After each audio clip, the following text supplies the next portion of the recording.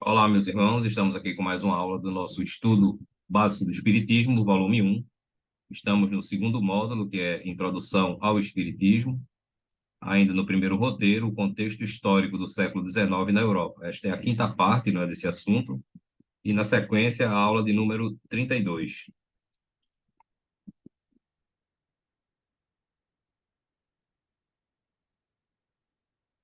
Bom, então nós vimos nas aulas passadas a importância da Revolução Francesa, né, de certa forma, estamos fazendo um apanhado geral, não é, do século XVIII, não é, que foi denominado de o século das luzes, onde a ciência, a filosofia, né, o pensamento, de uma forma geral, começou a modificar o contexto, né, das civilizações, digamos assim, especialmente ali na Europa, de uma forma geral, e vimos, né, a importância da Revolução Francesa, o impacto que ela causou, não é, nas mudanças que eram necessárias, infelizmente através de conflitos, não é, através de violência, através do uso da força.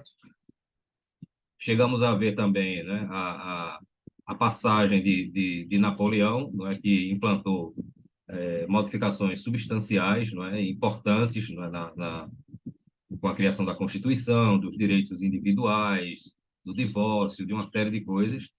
E outro fato também de grande importância na Europa naquela época foi a Revolução Industrial, né, que aconteceu ainda no final do século XVIII, né? Então, como nós dizemos aqui, falamos aqui, outra revolução iniciada na Inglaterra em meados do século XVIII, a Revolução Industrial, acarretou profundas transformações na sociedade, modificando a feição das relações humanas dentro e fora dos países.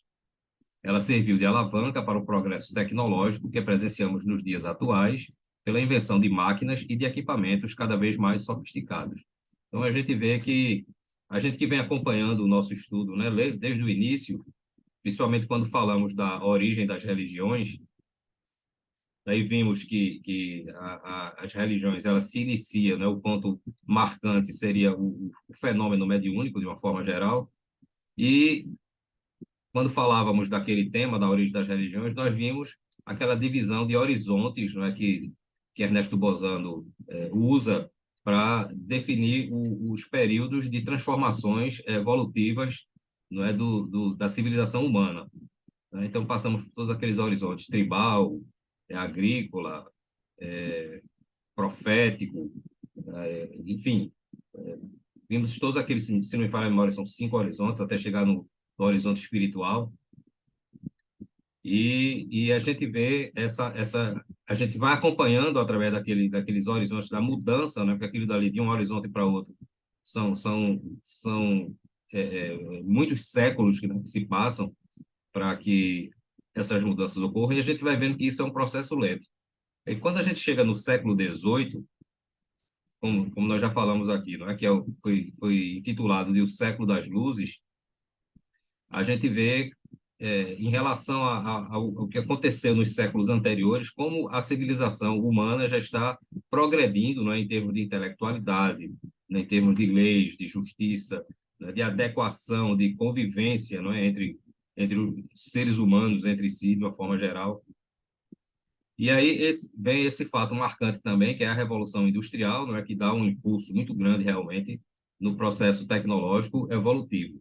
Então, a gente vê que, como eu disse nas aulas passadas, nós estamos fazendo esse apanhado aqui da importância desses dois séculos, XVIII e mais especificamente do século XIX, né, porque a gente precisa centralizar esse assunto, né, na França, como a gente vem fazendo, que é exatamente onde vai ser o berço ali da codificação espírita, né? Então, o objetivo, eu repito, o objetivo desse estudo que nós estamos fazendo, né, de analisarmos, estudarmos essa passagem do século XVIII, a importância, esse contexto do século XIX, é exatamente para a gente ter uma ideia de que o espiritismo ele surge no momento que estava previsto para surgir, né? Que a coisa é planejada, que não existe nenhum acaso, que não existe nenhum achismo, tá?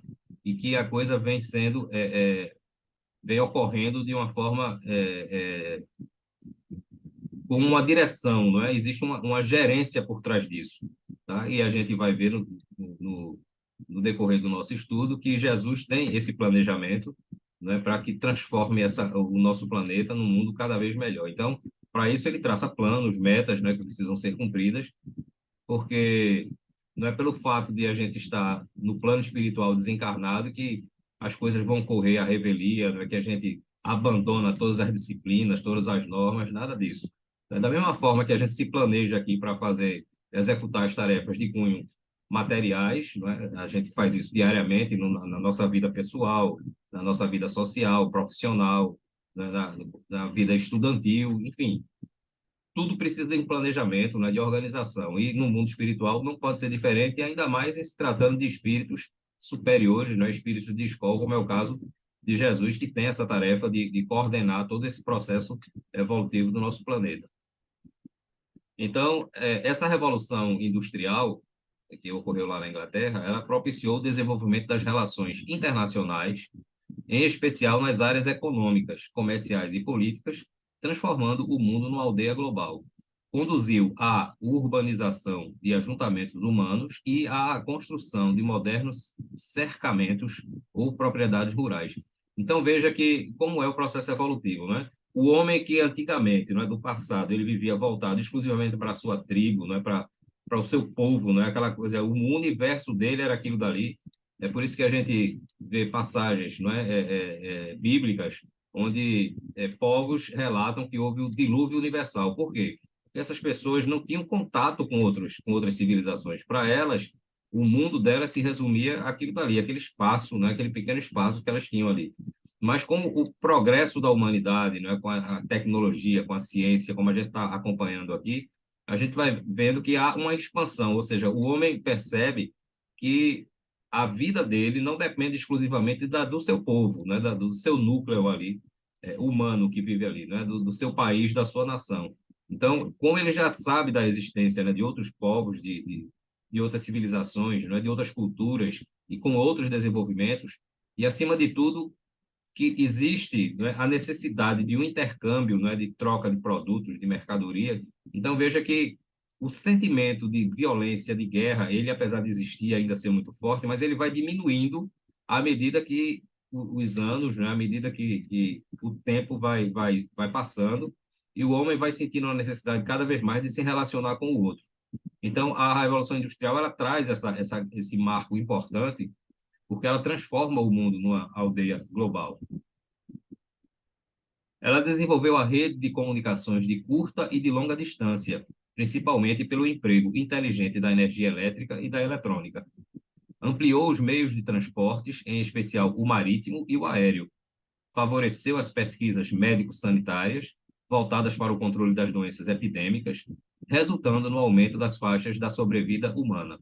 Então, veja como foi importante, não é, esses dois eventos, não é, a Revolução Francesa e a Revolução Industrial na vida que nós temos hoje, né? A Revolução Industrial, no entanto, produziu igualmente várias distorções e malefícios. Como sempre, né? O homem, ele quando cria alguma coisa, infelizmente ele não cria uma coisa. Existem aquelas pessoas que criam com a intenção de fazer o bem, existem aquelas pessoas que criam com a intenção de prejudicar, não é? De levar prejuízos a outros povos, né? De domínio, não é? De superioridade. Mas, mesmo aqueles que criam determinadas coisas no bem, existem aqueles que vão pegar aquela criação e sempre tentar transformar nos interesses maléficos, né? A gente tem vários exemplos disso aí na história das invenções, principalmente a aviação, né? A história da aviação, né? Então, veja que o avião ele é inventado, ele é criado, né? Com um determinado objetivo e hoje a gente vê que a aviação é usada para destruir, enfim, né? Ou seja, sempre que o homem pode, ele quer exercer a supremacia, né, a superioridade em relação ao outro, né? Aquela questão, né, de que eu tenho mais, eu posso mais, e eu quero dominar o que tem menos. Infelizmente, isso ainda é assim e vai levar um tempo para mudar, mas vai mudar, né, com certeza. Então, ela apresenta, né, várias distorções e malefícios, de certa forma, esperados, se considerar o relativo atraso moral da nossa humanidade. Ou seja, ainda temos que passar por essas por essas situações, né? Os principais desequilíbrios produzidos pela Revolução Industrial são, essencialmente, decorrentes das relações trabalhistas, infelizmente caracterizadas pela exploração do trabalho e pelas deficientes condições de segurança e higiene laborais, ocorridas em gradações diversas. Então, a gente vê que, apesar dessas mudanças, não é, causadas pela Revolução Industrial, muita coisa ainda precisava ser feita, não é? Ainda existia muitos erros a serem corrigidos. É oportuno considerar que os ideais da Revolução Francesa e os princípios da Revolução Industrial se espalharam como um rastilho de pólvora por todo o continente europeu, estimulando revoluções liberais que incitavam a burguesia e os trabalhadores a ações contra o poder constituído. Então, veja que foi uma bola de neve, não é? Ela começa lá na Europa, na Inglaterra, esses dois principais movimentos ali daquela do século XVIII e XIX, e isso vai desencadeando uma bola de neve na Europa que depois se expande pelo mundo todo, né? As pessoas começam a perceber que existe, né, uma forma de se equiparar a justiça, de se equiparar os direitos e os deveres de cada um, né? As civilizações, elas podiam naquela época e podem manter um equilíbrio, né, onde todos tenham os mesmos direitos. Então, esses dois eventos, né, de grande importância, eles se espalham realmente e vai desencadeando modificações no mundo inteiro. A Europa do século XIX assemelha-se a um caldeirão em constante ebulição, afetando o cotidiano das pessoas em decorrência das contínuas mudanças no campo das ideias, na organização das instituições, na definição das formas de governo e em virtude dos embates políticos, sociais, das conquistas científicas e tecnológicas, das planificações educativas e dos questionamentos religiosos e filosóficos. Então, apesar de a gente olhar para trás e ver que ainda existe um atraso muito grande ainda, não é? Porque para se conquistar essas coisas é preciso de força, infelizmente, né? De violência, né? Como ele diz aqui, a Europa daquela época era um caldeirão em constante ebulição, né? Porque muitas mudanças estavam acontecendo na Europa inteira.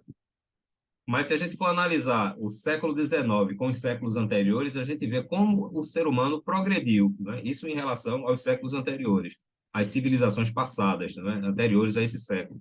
Como houve um progresso, né? O homem se preocupa mais em dar melhores condições de vida a ele próprio, não só nas leis, através das leis jurídicas, através das relações sociais, através das conquistas, das invenções, não é?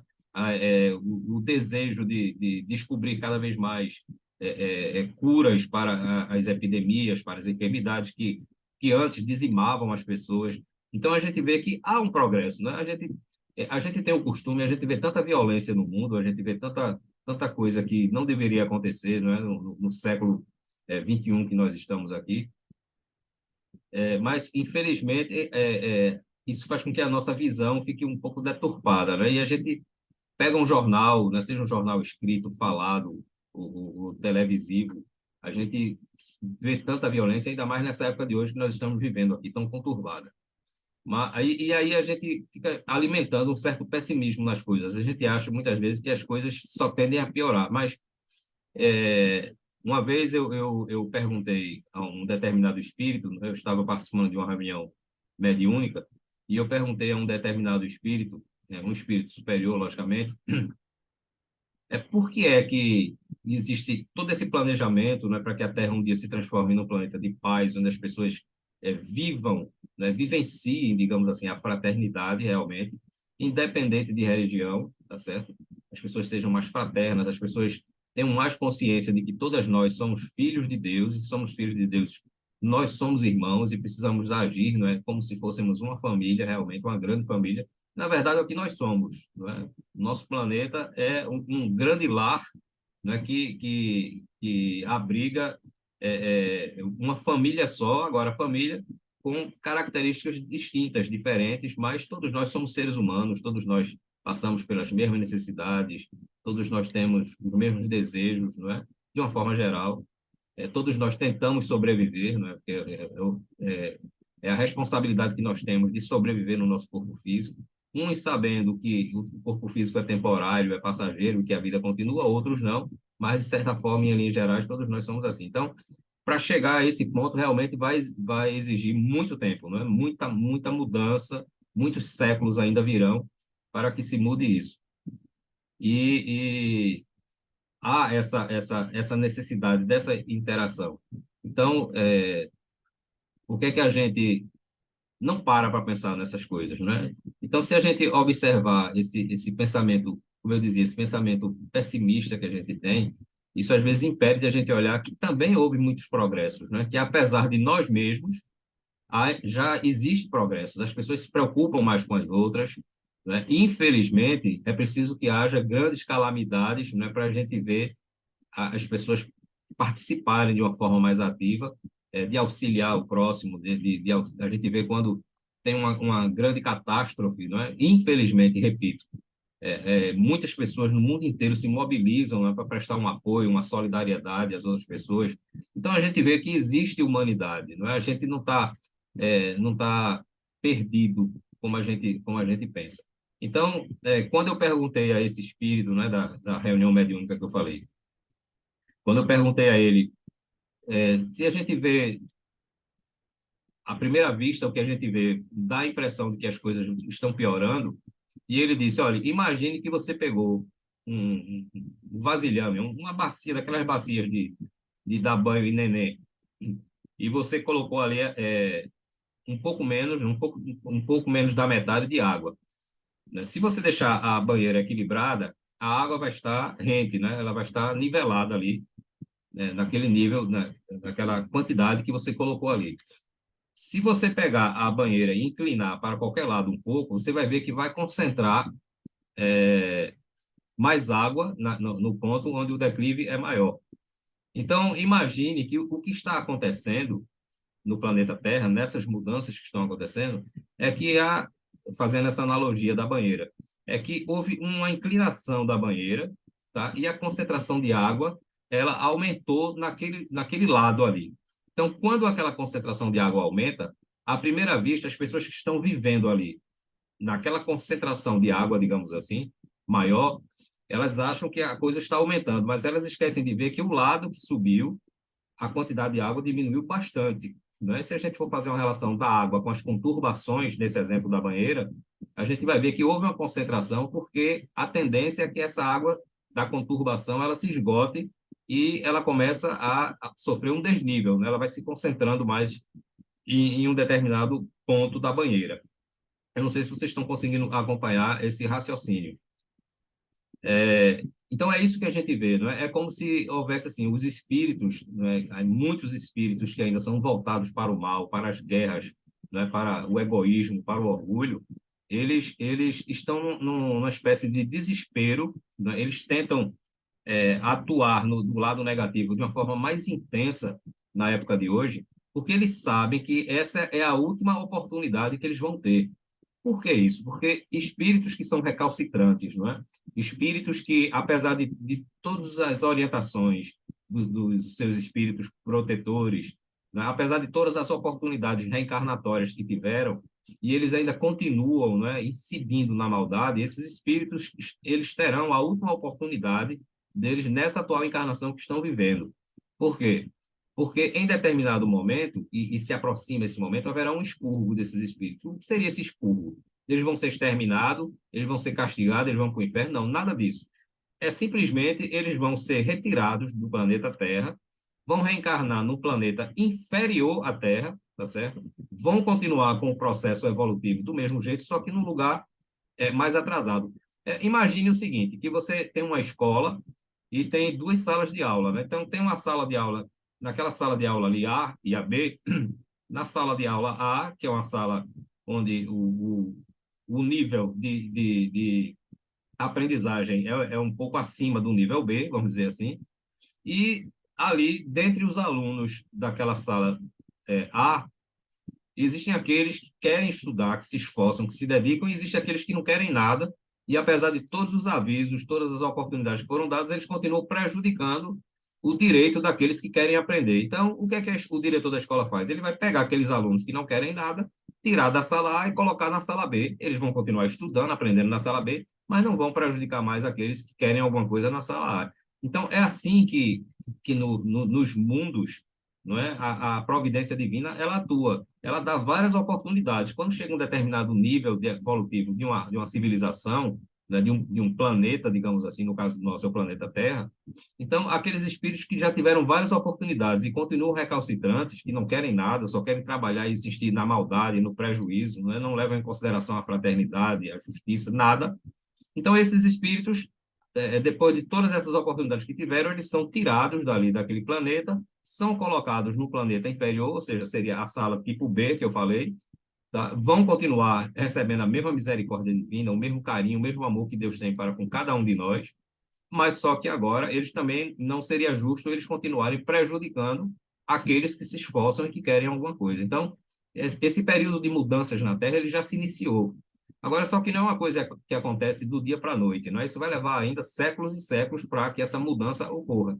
Então, muitos desses espíritos que estão aqui, que ainda insistem, não é, em permanecer no mal, no desequilíbrio, eles entram numa espécie de desespero, não é, e querem tentar executar suas ações maléficas de todo jeito, porque no fundo, eles sabem que depois dessa oportunidade eles não vão ter outra, eles vão ser expurgados, né, aqui do nosso planeta, irão para um planeta inferior. Isso já aconteceu com outros mundos, continua acontecendo no universo inteiro, não é?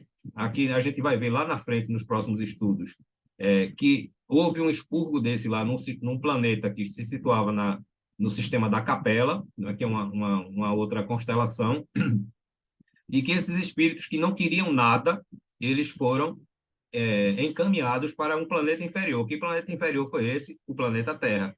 Então, a gente vai ver, quando a gente vê as origens dos povos aqui na Terra, a gente vai ver que existem distinções, não é? Existem aqueles que eram mais sábios. Por exemplo, vou dar um exemplo. O povo judeu, o primeiro povo judeu, o povo hebreu, não é que diga, que veio aqui para a Terra, os primeiros eram expurgados lá desse sistema da capela. O povo indiano, o povo hindu, né? O povo ariano, é por isso que a gente vê ali com Hitler, aquela história da raça ariana e tal, porque eram povos que vieram exilados do sistema da capela. A gente vai estudar isso lá no futuro, eu não vou falar agora não, porque senão eu começo a falar e não paro mais e o vídeo fica longo, tá? Então a gente vê que tem essas modificações, né? Então se a gente acompanhar aqui a história do século XIX, como a gente está vendo, a gente está vendo que existe ainda muita barbaridade, existe muita violência, não é? Muitos conflitos, mas em relação às civilizações anteriores, a gente vai vendo que vai melhorando, que a coisa vai tendo um progresso. Se a gente for comparar hoje o século XXI, onde nós estamos, a gente, com o século XIX, nós demos grandes avanços, né, na preservação da natureza, né, na manutenção da paz, né, no desarmamento. Então, enfim, as coisas vão mudando, mas infelizmente não acontecem da noite para o dia. Mas, em linhas gerais, a gente percebe que a situação melhora a cada geração, né? Graças a Deus. Então, paramos aqui por essa aula, vamos continuar na próxima e um grande abraço para todos.